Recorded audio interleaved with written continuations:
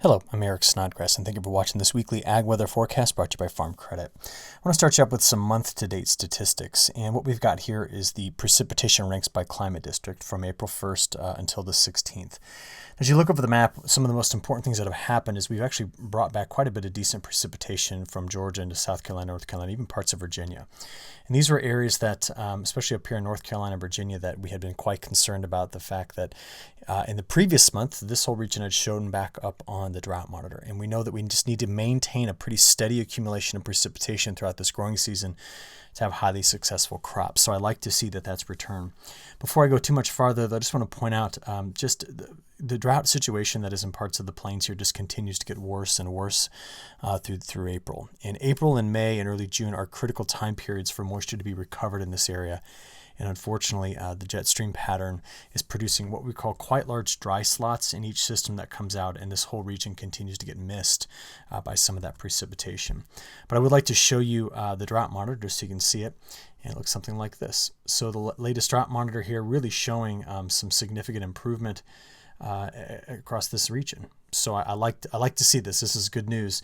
We're still kind of anchored in drought into parts of Virginia right now, but we could see better precipitation in the coming days and weeks that could help relieve that. But you notice that even though we have about 50% of the land area in drought, and again, that's down almost 36% from its peak last fall, we still see that drought is very much anchored in the central and southern plains of the United States. Now, at the end of this video, I'm going to give you a summary of all of the long-range forecast models all the way out through summer, and also talk about what we expect in the meantime here for this mid-April to mid-May timeframe. So we'll get a good summary of that here in a few moments. But it is important to see where the setup is going right now for where we have some water issues. All right. Okay. Next, let's talk about temperatures. And what we're going to look at here is the same time period, April 1st through April 16th, and these are climate district temperature ranks. And what we notice here is that we've had a lot of cold anchored in the northern plains where there is snow, and we can also see what's going on in the Pacific Northwest. There's been a pretty significant delay to the growing season in both areas, as you can imagine from this. But over this past about week, almost 9 days, this incredible warmth just broke out across much of the United States. And that's what's driven these very, very low numbers here in terms of the rank, meaning it's close to some of the warmest. We've been just on the warmer side of normal here. We've had some nice hot days and picked up some good GDDs.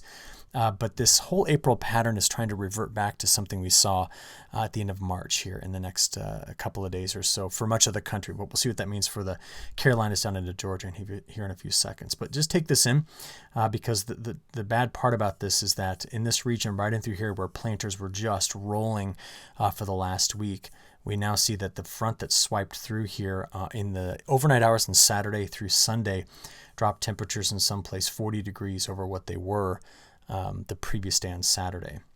And now we're concerned about the risk of frost in this area for some of this newly planted crop. So just to show you what that frost risk looks like over the next 7 days, this map shows in gray where we're concerned. And we're not expecting this in North Carolina. In fact, I'm not expecting any more frost events in North Carolina than, of course, South Carolina and Georgia. But I just want to point out that we might get this frost sign down about I-70 right in through here, or south of it, which is going to be quite important given the crops that have been growing and have emerged here. Now, I misspoke about the frost. We will, of course, get them still at very high elevation in the Appalachian Mountains, but I'm talking about for the rest of this whole region, we should be able to avoid that. But just take a look at where we are expecting to have those temperatures below freezing just within the next 7 days. So our temperatures this week are going to go on a little bit of a ride, but overall we're going to maintain some decent heat once we get past Monday into early Tuesday. So we are expecting across North Carolina between, when you get up here into the kind of foothills area, somewhere in the vicinity of about 80 GDDs, maybe up to 90, and then you'll see as you go across the state up to 117 as you get out to the coast. And that just kind of follows the terrain, the elevation here, and you can see it all the way down to South Carolina and Georgia as well. So decent heat coming in, but just want to point out where the coldest area is. This is an area that would, of course, like to be picking up a lot of GDDs early in the season, and we just kind of threw the brakes on in any field work that was going to be happening in the upper Midwest. So let's go ahead and take a look at those temperatures here. These are the high temperatures since we have an idea about where to expect the frost. This is Monday. So I mentioned Monday's cooler. I mean, Raleigh 70, you go throughout Georgia and South Carolina, you see a lot of 70s. That's actually cooler than normal for this time of year. I live right here in Champaign, not excited about 50 tomorrow. In fact, we were in the 40s on Sunday, and I record these on Sunday too. So 50 on Monday, excuse me. And we had some snow falling in this area, so we're not looking forward to that getting its way out. But watch this. This is Monday into Tuesday. Rebound is already on. We then go into Wednesday. Broad warmth starts to spread. There's going to be clear skies for the most part, drier conditions through Thursday. And then we'll talk about the system that's trying to come out here later this week that just ushers in quite a bit more colder air on the backside of this. And again, we're looking at high temperatures here, so you got to understand that there's going to be some very cold overnight lows with this as well. What's interesting about this pattern in the near term is that it will be flanking the U.S. with big ridges. Now, what do I mean by that? Big ridge goes into Alaska. Big ridge goes into Greenland or Hudson Bay. And an unfortunate side effect of that is to just drain a lot of cold air into the midsection of the country. So I'd like to show you what that looks like here since we're talking about temperatures early in this forecast video. As I play this forward, this is a 5-day sliding window of average temperature anomalies. And what you notice here is that even out from the 19th to the 24th, we're still maintaining a warmer bias, warmer than average. But that colder air will move to the east as a broader trough sets up. So again, we're just looking at differences from normal. And we got to always take the color bar and understand what it means. To be 5 to 8 degrees Celsius below average means that we're going to have some temperatures in the Midwest that are going to be quite cold compared to average. This knocks us back into the 60s and 50s, probably in the 60s for highs. But for us in the Carolinas, this isn't necessarily something that I'm overly concerned about. It's just a little cooler. It's just going to slow down the rate at which we accumulate some early heat in the system. Now that gets us out 15 days, which is to May the 1st, and we're going to take a few moments here in a minute to talk about the longer range forecast, but you can clearly see some colder air anchored in this area. On the precipitation side of it, over the last 3 days, this weekend, we saw very large storms that erupted down here in Kansas, Missouri, and Arkansas. In fact, take a look at the storm reports here on the 15th. You can see that a lot of hail through Missouri and Arkansas down to Louisiana, and then several reports of severe winds down here right along the Gulf Coast. But it's important to note that the eastern half of Kansas saw some precip, and this is an area that you saw earlier is just deep into drought. But can you see that dry slot I mentioned? That's the setup of each system that's been so problematic. So this system that created all of this is right now, let me show you some satellite imagery from Sunday right there. It's curling up over the Great Lakes. And it's deep, and it's not cut off, but it's slow. Now, before I show you what to expect out of this early in the morning when I hope you get to watch this on Monday, I want you to see right up here where the snow currently sits in the northern plains. So while we saw major erosion of that total snowpack with the heat last week, it's still there, and therefore this is going to be an area that's going to have continued flooding problems getting into the Red River of the North, which remember drains to the north into Lake Winnipeg. And also this is an area just going to have to watch for continued delayed start to spring, a kind of a big time delay start to spring. Okay, overnight hours here on Sunday night. You can see it curling up, and there is a front to the south. Does that front get to us? Let's take a look here. The all hazards weather map doesn't have any risks out for Georgia, North and South Carolina. It's got wind problems here on the backside. This is on Sunday night, and that is all winter storm warning in parts of Wisconsin. And that's because this is what this system is going to look like by Monday morning. So we have this chance in the overnight hours on Sunday night into early Monday morning for some showers and storms to come through. But then after that, that system curls to the north. High pressure comes in behind it. You go through the day on Tuesday into Wednesday, and we just avoid it. We just avoid any sort of precipitation out of this. So what do we have next? Well, let's flip over to our multi-model analysis. GFS on the left, European on the right. Here's that same system on Monday. Keep your eye right down here.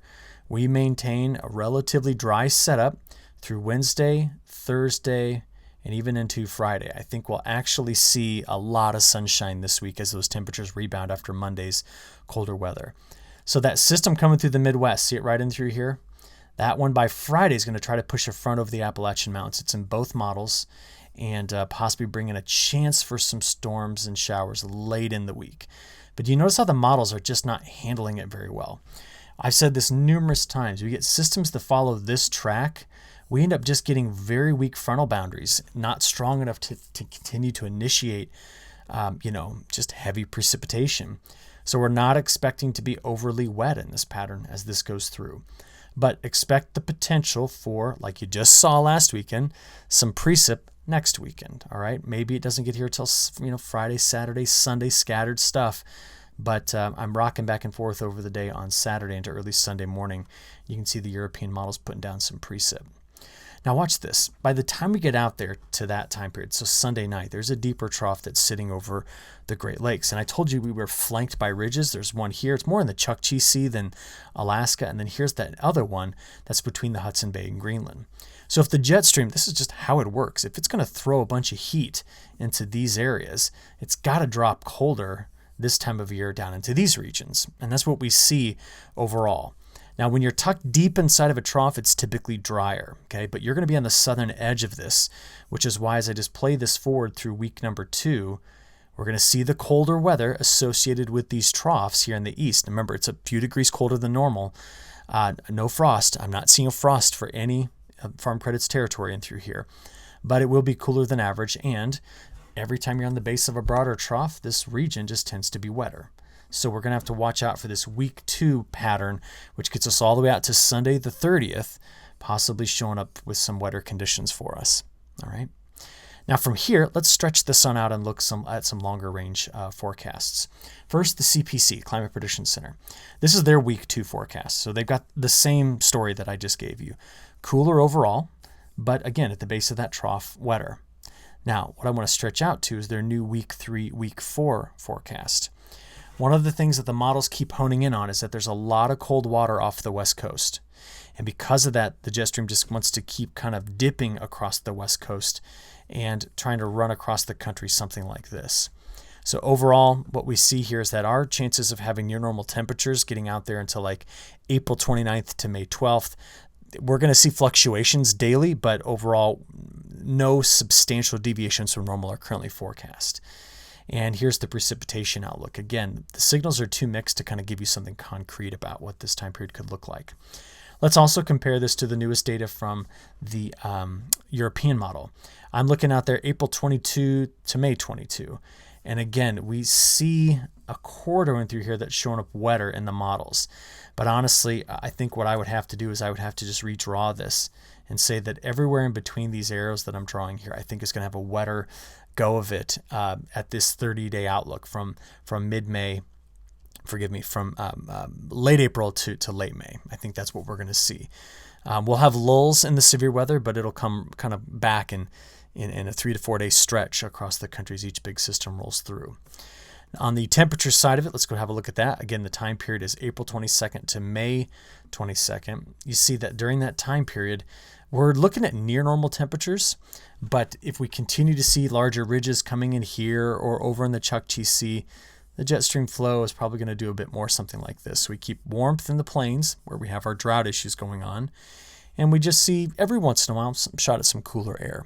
So I'm not at this point seeing evidence that it's just going to be blazing hot in the month of May just yet. If that changes, of course, we'll talk about it, but don't have a lot of evidence for that.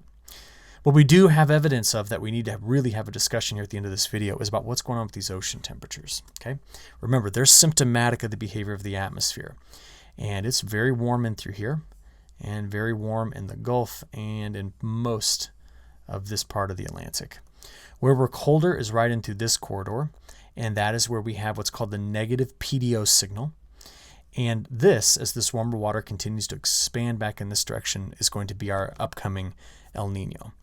And we've looked out to May. I'm going to now give you this June, July, August perspective.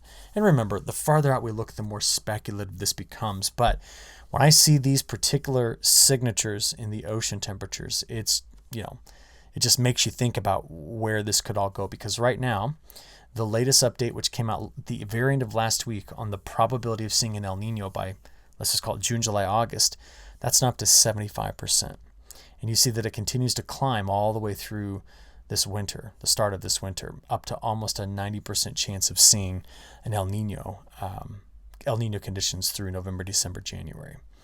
We're not going to worry about this yet. We're going to come back to this time period. We're going to talk about the hurricane season and talk about what our summer precipitation and temperature patterns may look like. So remember, when we talk about this, what we're watching for are these features. Warm water beginning to just reemerge here. And why the warm water comes back is because for the last 3 years, there's been strong trade winds here. And those trade winds are gone. They're either weak or sometimes you even get a westerly wind burst out of them. Now just remember, down here along the equator, the net wind direction, the average wind direction is something like this. Okay, it kind of comes into the equator like that. Then where we live, we have the jet stream, which does this. There's actually another one way down here. And that's just kind of an illustration of the troughs and ridges. So what typically happens is this El Nino comes back. We see the shear in the atmosphere. That's the change of wind speed and direction with height increase in this area. And we tend to get the jet stream to kind of split across the west, come into the Midwest like this, and then run up. Let me draw you a new diagram here. So the jet stream likes to do this and then bounce over the Bermuda High, which tends to be sitting in this area or a little bit farther south of it. Okay, so with that, I'm just going to zoom in and show you. Let's go to seasonal, and let's go to the United States. This is what we've got for June, July, August. And this is perplexing, okay? I look at that and go, why is the model putting a donut right there? Because there are no indications today that that's where the Bermuda High is going to go. Now, I could see it. If the Bermuda High went there, it'd storm everywhere around it as the flow comes around. But I don't know why the European model did this, but I'm not convinced of it. I am convinced that this whole region has a better chance at seeing more thunderstorm activity. Why? There's a bunch of warm and very moist air that's sitting in the Gulf and very warm and moist air that's coming out of the western side of the Atlantic. So the heat is there. The moisture will then get there, and that should be a signal for this whole region to see better, well, I'll be honest with you, bigger, more juicy thunderstorms this year. What's interesting is the National Multi-Model Ensemble, which is a suite of models run here in North America, doesn't have that dryness. In fact, it's got much of the Carolinas into Georgia, down into parts of Florida, with near normal precipitation this upcoming summer. Do you see where it's drier? This is where we're expecting the hurricane problem to be, where we are too high in wind shear, that nothing really is going to be able to fully manifest itself under that wind shear in the Caribbean, which is already a place to get early tropical cyclones going, and then possibly have some struggles in the Gulf, let alone along the East Coast. Let's add another one to this. This is just released this weekend. This is now the IRI Multi-Model Probability Forecast. This is done by the CPC, the Climate Prediction Center, and Columbia University. And again, you don't see for June, July, August a strong signal for dry. It's just not there. And if we were to flip this over to a temperature discussion, the heat, it appears, would be anchored here, possibly throughout the Great Basin and Southwest. I know you're looking at that going, well, aren't we going to be hotter? Well, there's a chance that we're above normal in temperatures, but there aren't strong signals early right now that we're just going to blast this all open with heat and make it a hot, super hot and dry summer. I'm talking like one of those near record ones, a top 10. Now, it's going to be summer. You're going to get episodes of heat. We're no stranger to that. But I'm looking for the broader signal that just says, hey, you need to be on the lookout for major problems. And I'm not seeing it yet. In fact, our own Climate Prediction Center has this as its 3-month forecast for June, July, August, saying that there's a better chance that we are wetter than normal than drier. And the big reason for this is their latest runs want to keep the Bermuda High way out over here. Now, our biggest fear in any summer is that Bermuda High, which is typically stationed about right there, starts migrating toward North Carolina or toward South Carolina or toward Georgia. We hate it when they sit here, and it can do that. Just aren't seeing any indications of that. And the temperature forecast for that same time period, again, a little milder, a little warmer than normal, but the heat seems to be anchored back in this region. So we're just kind of summarizing what these models are telling us and then saying that if there is an El Nino that controls the pattern, this all makes sense. But what is so important is this. This is June, July, August, looking at sea level pressure, and color shaded are anomalies. Now, right now, it is suggested that the Bermuda High in summer is weakened. And this is just a part of the large subtropical high that sits in this area. I'll state it again. Our biggest concern is if at the wrong times in summer, this kind of flexes itself north and west. And if it does, then we go over to hot and dry. And that can happen regardless of what I'm saying today. Even though I said, hey, I don't see it as a high probability event, it could still do that. What we do expect is that the Bermuda High to be displaced a bit south of its normal position. And that is what results typically in the lower possibility of the hurricane outlook. So if we just go out there to July, August, September, October, this is the signal we're looking for here that could possibly slow this hurricane season down. And the newest information on that was just released recently by Colorado State University's long-range hurricane forecast. This is work primarily being handled now by Phil Klotzbach, and he's brilliant. He's a genius with this stuff. And he has an incredible statistical model that is relied upon. So what do we have? Well, if the average is 14.4 named storms, he's below that. Storm days, he's below that. Hurricanes, 7.2 is the average, looking at 6. It's below normal in every single category here. And a lot of this is because El Niños historically they tend to suppress hurricane season by changes in the ocean dynamics, a lot of great things that would just eliminate this. But we know that it only takes one, which is why we have to watch the hurricane season carefully regardless of these seasonal forecasts. So thank you for spending a little bit extra time with me today. We will talk again next week. Thank you.